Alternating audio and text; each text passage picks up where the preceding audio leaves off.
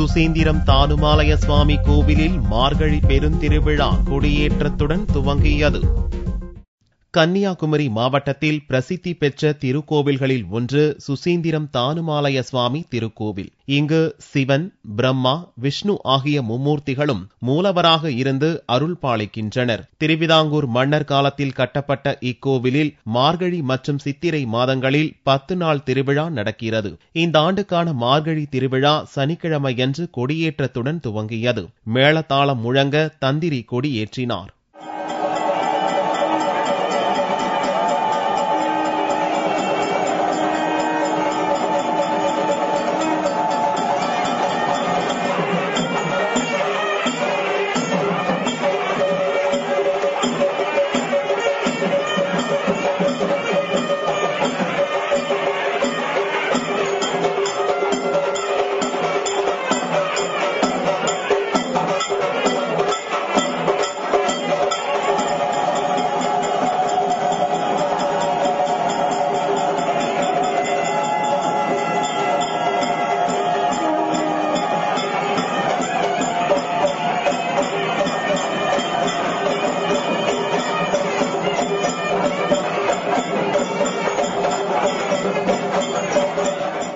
தொடர்ந்து ஜனவரி 5ஆம் தேதி வரை பல்வேறு நிகழ்ச்சிகளுடன் விழா நடக்கிறது.